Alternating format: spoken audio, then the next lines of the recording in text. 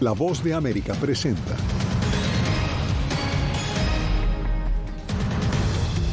Autoridades intentan determinar qué provocó una masacre en Los Ángeles que acabó con la vida de más de 10 personas. Miles de migrantes expulsados de Estados Unidos comienzan a llegar a México. Inicia en Nueva York juicio al exsecretario de Seguridad de México. Y arrecian críticas contra el presidente Biden tras hallazgo de nuevos documentos clasificados.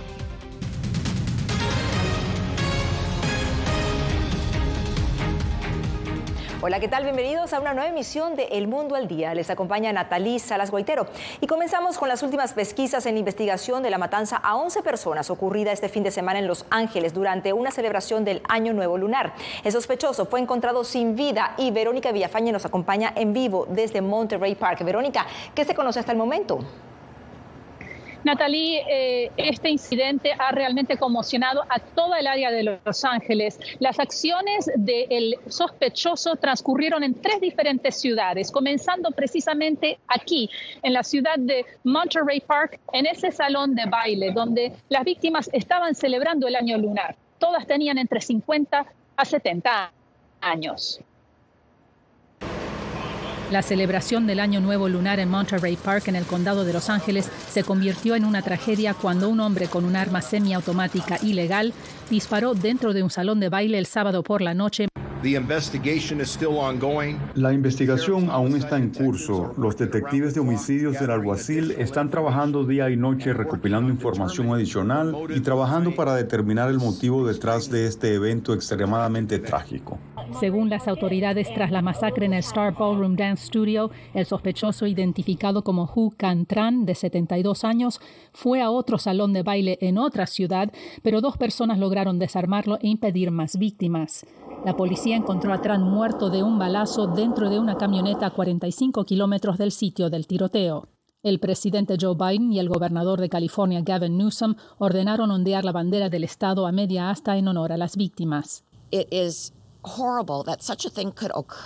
horrible que esto pueda ocurrir en un momento de celebración para tantos en la comunidad asiática en todo el mundo. Este es un momento para estar con la familia, para celebrar, y sin embargo, esto abrió un agujero en todos nuestros corazones. En otro hecho violento, las autoridades reportaron un ataque armado dentro de un club nocturno en Luisiana. La policía de Baton Rouge confirmó que el tiroteo produjo el saldo de 12 personas heridas. El hecho ocurrió a menos de una hora después de la masacre en California. Aún se desconoce el motivo del sospechoso en el ataque a los salones de baile, pero según las autoridades, el hombre frecuentaba ambos sitios y están investigando si posiblemente el blanco era su ex esposa. Mientras tanto, esta noche se va a realizar una vigilia para las víctimas en frente del ayuntamiento de Monterey Park. Gracias a Verónica. Bueno, y el FBI halló más documentos clasificados en la residencia privada del presidente Joe Biden. Las críticas arrecian y provienen incluso de senadores del mismo Partido Demócrata. Jorge Agobián tiene el informe. El hallazgo de 6 documentos clasificados adicionales ocurrió el pasado viernes. Un día después fue comunicado por la Casa Blanca y los abogados personales del mandatario. El Departamento de Justicia tuvo acceso completo a la casa del presidente, incluyendo notas, archivos, papeles, carpetas, recuerdos, listas de tareas pendientes, horarios y recordatorios escritos personalmente a mano desde hace décadas. La revisión del FBI duró al menos 13 horas y fue autorizada por el propio presidente, según la Casa Blanca. Encontraron documentos de cuando Biden era vicepresidente e incluso senador, que según las leyes estadounidenses debieron ser devueltos en su momento a los archivos nacionales. El cuarto hallazgo elevó las críticas de senadores demócratas, entre ellos Dick Durbin, quien dijo a la cadena CNN que el mandatario debería sentirse avergonzado. Seamos honestos, cuando se encuentra esa información, se disminuye la estatura de cualquier persona que esté en posesión de ella, porque se supone que eso no debe suceder. Tanto los líderes del partido de gobierno como la oposición republicana han apoyado la investigación que realiza un fiscal especial. La bancada republicana al mismo tiempo busca respuestas por su propia cuenta. Watergate comenzó como un crimen muy pequeño y provocó la renuncia de un presidente de Estados Unidos, así que no sé qué hay hasta que veamos los documentos.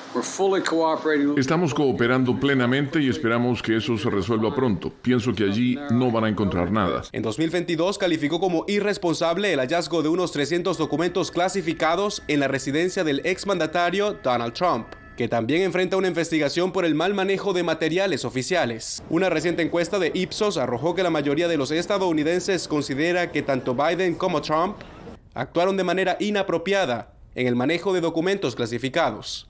Jorge Agobián, Voz de América. Y en Nueva York, un tribunal celebró la primera audiencia en el juicio a Genaro García Luna. Ángela González nos cuenta sobre los alegatos iniciales de la Fiscalía y la defensa del ex secretario de Seguridad de México. Luego de instrucciones al jurado impartidas por el juez Brian Cohen, en especial para que no hablen con la prensa, se escucharon los argumentos de apertura del juicio de Genaro García Luna. La Fiscalía lo acusó de recibir sobornos y de usar su poder que debió ser para luchar contra el narcotráfico para apoyar al cartel de Sinaloa. La defensa, por su parte, argumentó que la Fiscalía no tiene evidencias creíbles, en especial cuando se trata de testimonios que provienen de narcotraficantes que buscan rebaja de penas.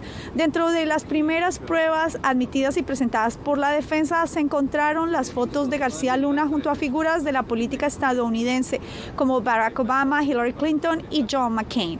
El ex policía federal Sergio Villarreal Barragán el Grande fue el primer testigo contra Genaro García Luna.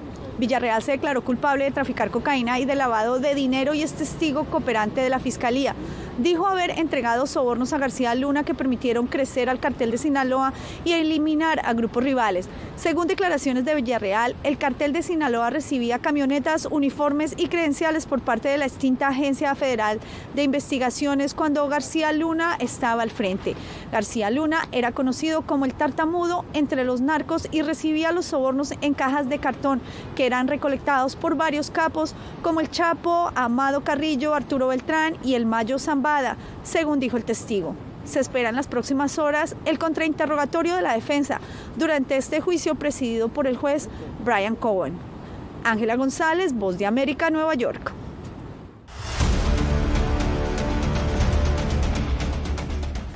Y miles de migrantes indocumentados comienzan a llegar a México tras ser expulsados de Estados Unidos. La mayoría de estas personas son originarios de Venezuela, Cuba, Nicaragua y Haití.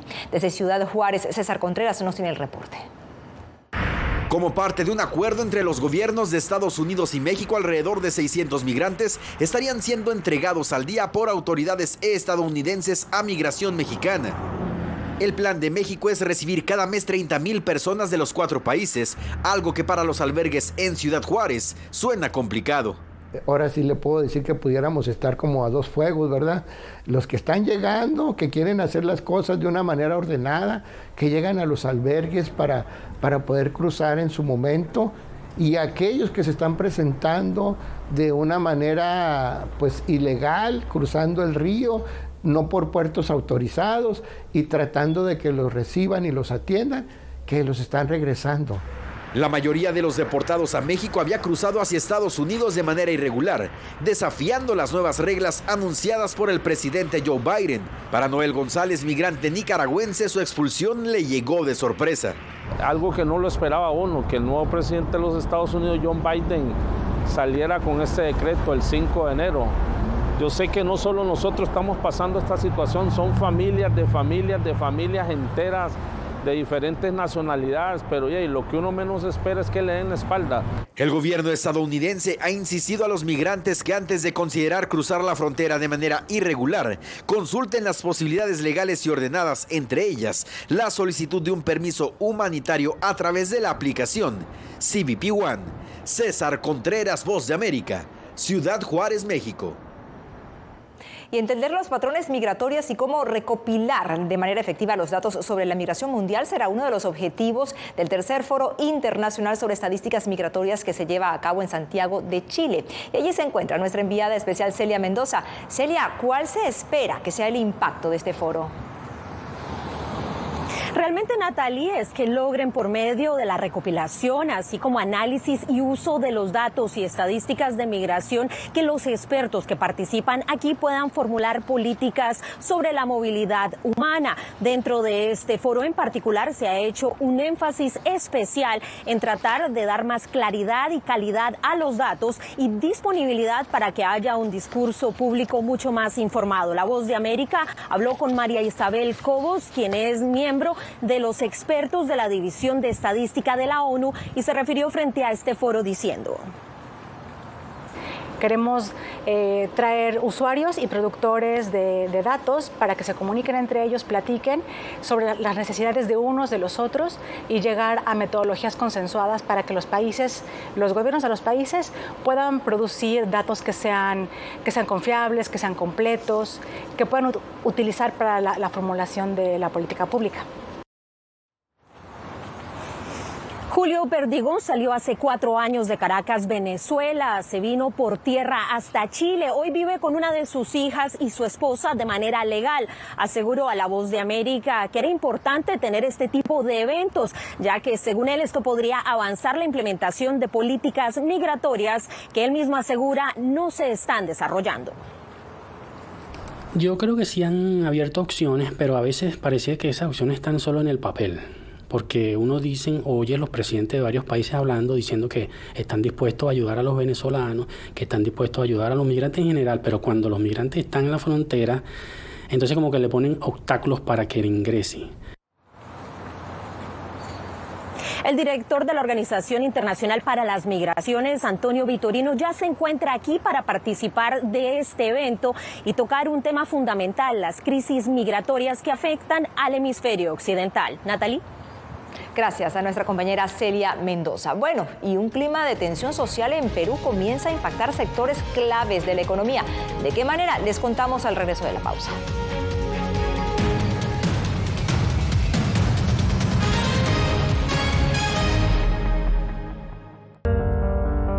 En tiempos de cambios, cuando el mundo parece incierto y lo que escuchamos no refleja lo que vemos, buscamos la verdad. A través de la pantalla de la... Cuando nos cuentan solo una parte de la historia, perdemos la confianza. En momentos de crisis, nuestros sueños, esperanzas y deseos de un mejor mañana dependen de una prensa libre. En La Voz de América te traemos las historias que la gente se arriesga a ver. Conectamos el mundo y lo unimos con la verdad.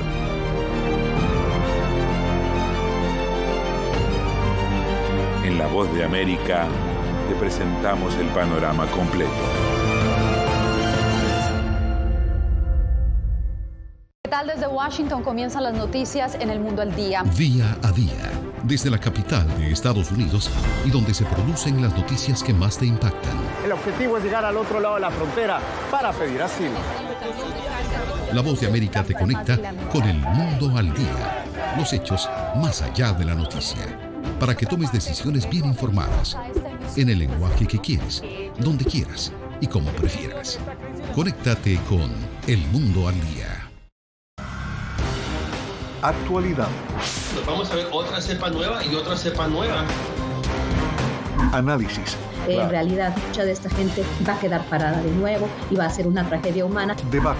Dejen la obsesión. La obsesión la tienen ustedes. Con la información más allá de los titulares. El tema energético es algo que se está analizando. La inflación es un problema global. 30 y 50 metros están ya las tropas. Su respuesta, doctor. Todas las semanas por La Voz de América.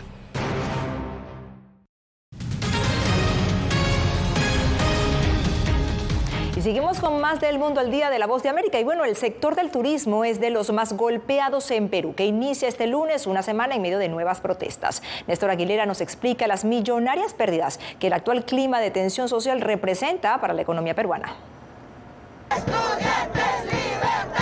La tensión no se aleja de Perú y su capital Lima como consecuencia de una cada vez más prolongada crisis política y social. El paro nacional ha cobrado hasta el momento 55 vidas según la Defensoría del Pueblo.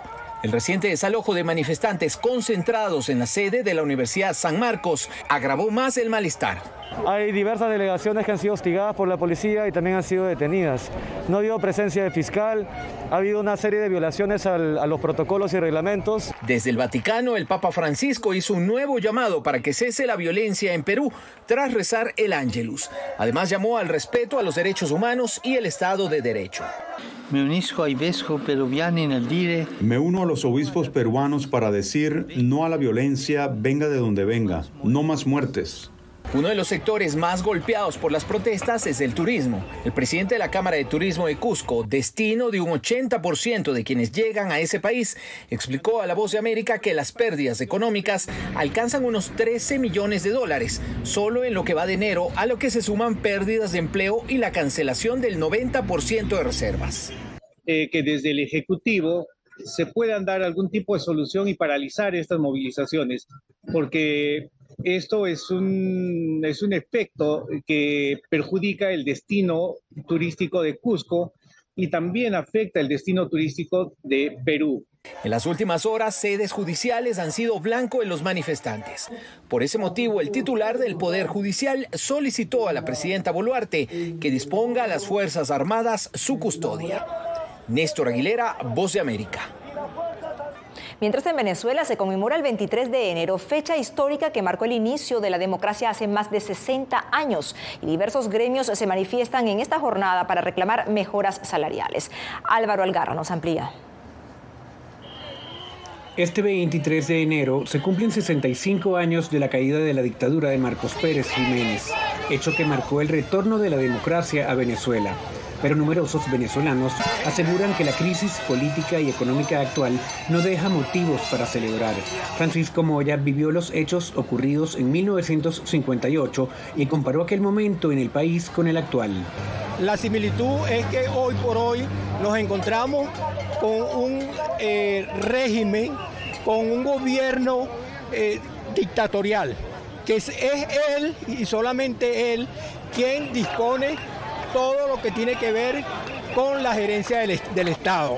Roberto Carpio también vivió esa fecha histórica y destacó que esa gesta fue traicionada por un pacto entre políticos y esa situación, a su juicio, se repite. Hoy tenemos una nueva traición, lo que es la violación a la Constitución, a los derechos del pueblo, a los salarios de hambre y de miseria, que hoy nuestro pueblo sigue en la calle. Desde hace 4 años comenzamos los pensionados, después se pegaron los trabajadores activos. En simultáneo, el oficialismo convocó a movilizaciones en todos los estados del país en rechazo a las sanciones impuestas por Estados Unidos y para expresar su apoyo a la actual administración. El Partido Socialista Unido de Venezuela ha decidido irse a la calle. Hemos tomado los 5 circuitos que componen las 22 parroquias de la ciudad capital. La molestia por los ínfimos ingresos ha dado lugar a un incremento de las manifestaciones callejeras en el arranque del 2023.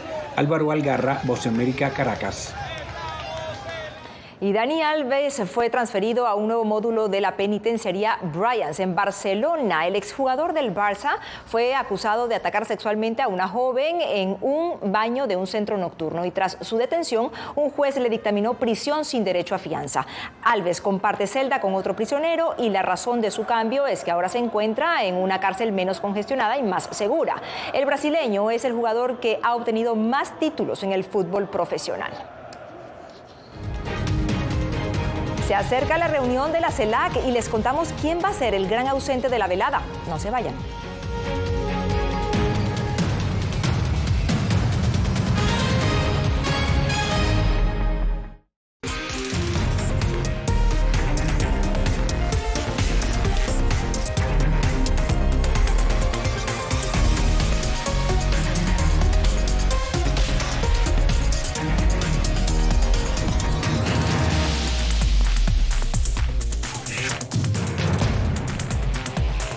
Venezuela 360, cada semana por La Voz de América.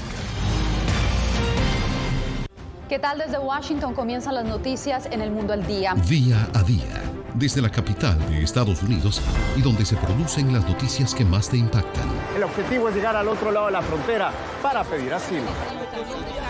La Voz de América te conecta con El Mundo al Día. los hechos más allá de la noticia, para que tomes decisiones bien informadas, en el lenguaje que quieres, donde quieras y como prefieras. Conéctate con El Mundo al Día. En tiempos de cambios, cuando el mundo parece incierto y lo que escuchamos no refleja lo que vemos, buscamos la verdad. A través de la pantalla de la... Cuando nos cuentan solo una parte de la historia, perdemos la confianza. En momentos de crisis, nuestros sueños, esperanzas y deseos de un mejor mañana dependen de una prensa libre. En La Voz de América te traemos las historias que la gente se arriesga a ver. Conectamos el mundo y lo unimos con la verdad.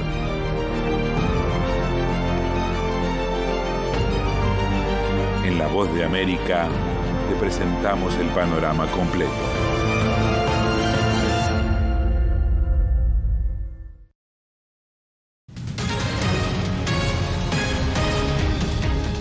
Daniel Ortega será uno de los mandatarios ausentes en la cumbre de la Comunidad de Estados Latinoamericanos y Caribeños, CELAC. El mandatario ha señalado a su homólogo argentino Alberto Fernández de convertir este foro en un instrumento de Washington. Donaldo Hernández nos explica. Buenos Aires será la sede este martes de la cumbre de la Comunidad de Estados Latinoamericanos y Caribeños, mejor conocida como la CELAC, la cual reúne a 33 naciones americanas. El presidente nicaragüense Daniel Ortega, quien ha dejado sentada su postura frente al foro, será uno de los ausentes. Quien ocupa la presidencia de la CELAC precisamente, que es Argentina, está traicionando los principios de la CELAC. Se convierte en un instrumento del imperio yanqui. El gobierno del izquierdista Daniel Ortega ha sido cuestionado por Argentina, Chile y Colombia por las condiciones de los presos políticos y la situación de los derechos humanos en Nicaragua. Algunos opositores consideran que esta podría ser la razón de la ausencia de Ortega. Ser de izquierda no significa violar derechos humanos. Se lo ha recordado Boric de Chile, se lo han recordado otros expresidentes y él no tiene confianza viajar a otro país, aunque sea de la misma línea partidaria de izquierda. Postura con la que coinciden varios analistas como Carlos Murillo, quien considera que la nueva izquierda latinoamericana es intolerante a la forma en que se gobierna en Nicaragua. Seguir pensando que el régimen de Ortega es de izquierda o socialista o solidario no tiene sentido. Está previsto que el canciller Denis Moncada represente a Nicaragua en el foro de la CELAC. Donaldo Hernández, Voz de América. Y otro ausente de último momento en esta cumbre de la CELAC será el presidente venezolano Nicolás Maduro. En un comunicado, Miraflores alegó la existencia de un presunto plan para atacar a su delegación. El presidente brasilero Luis Ignacio Lula da Silva criticó a la oposición venezolana y ratificó su idea de trabajar junto con Argentina en la consecución de una moneda común sudamericana, uno de los objetivos más ambiciosos de esta alianza. Y Guatemala inicia oficialmente el calendario electoral con miras a las próximas elecciones del mes de junio, en las que casi 9 millones de personas van a elegir nuevo presidente, vicepresidente y miembros del Congreso. Eugenia Sagastume tiene los detalles. Se convoca a los ciudadanos de todos los distritos electorales de la República de Guatemala a elecciones generales. Así se dio el banderazo de salida para el proceso electoral que tendrá su fecha más importante el domingo 25 de junio, con opción a una segunda vuelta. Si en la fecha señalada en el artículo 4 del presente decreto de convocatoria ninguna planilla presidencial obtuviere por lo menos la mitad más uno de los votos válidos emitidos, deberá llevarse a cabo la segunda elección el domingo 20 de agosto. Los guatemaltecos en el extranjero podrán votar únicamente de forma presencial.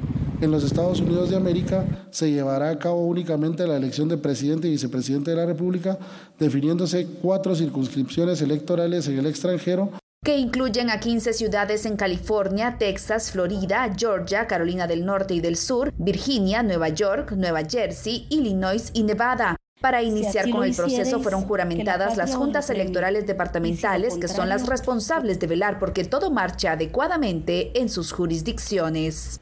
Son las juntas que el sistema electoral guatemalteco tiene contempladas para garantizar la legalidad del proceso electoral. También se elegirá a 160 diputados del Congreso de la República, 340 alcaldes y 40 diputados del Parlamento Centroamericano.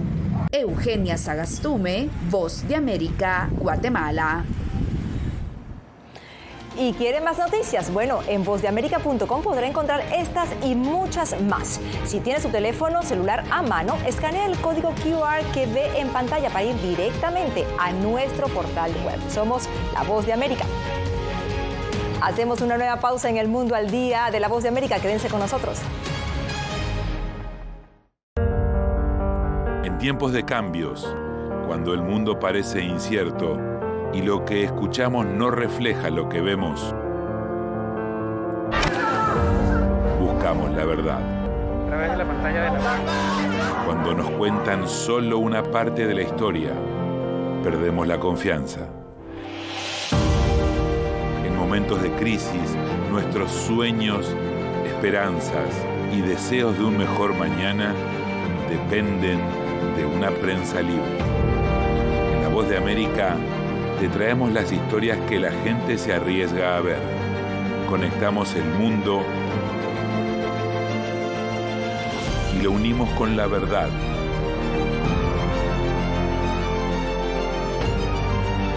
En La Voz de América te presentamos el panorama completo. ¿Qué tal? Desde Washington comienzan las noticias en El Mundo al Día. Día a día, desde la capital de Estados Unidos y donde se producen las noticias que más te impactan. El objetivo es llegar al otro lado de la frontera para pedir asilo. La Voz de América te conecta con el mundo al día, los hechos más allá de la noticia, para que tomes decisiones bien informadas, en el lenguaje que quieres, donde quieras y como prefieras. Conéctate con El Mundo al Día. Actualidad. Nos vamos a ver otra cepa nueva y otra cepa nueva. Análisis. En realidad, mucha de esta gente va a quedar parada de nuevo y va a ser una tragedia humana. Debate. Dejen la obsesión. La obsesión la tienen ustedes. Con la información más allá de los titulares. El tema energético es algo que se está analizando. La inflación es un problema global. 30 y 50 metros están ya las tropas. Su respuesta, doctor. Todas las semanas por La Voz de América.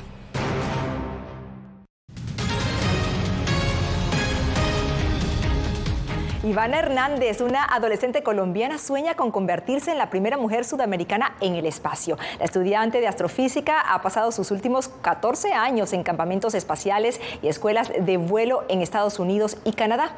Jacopo Luzzi nos cuenta.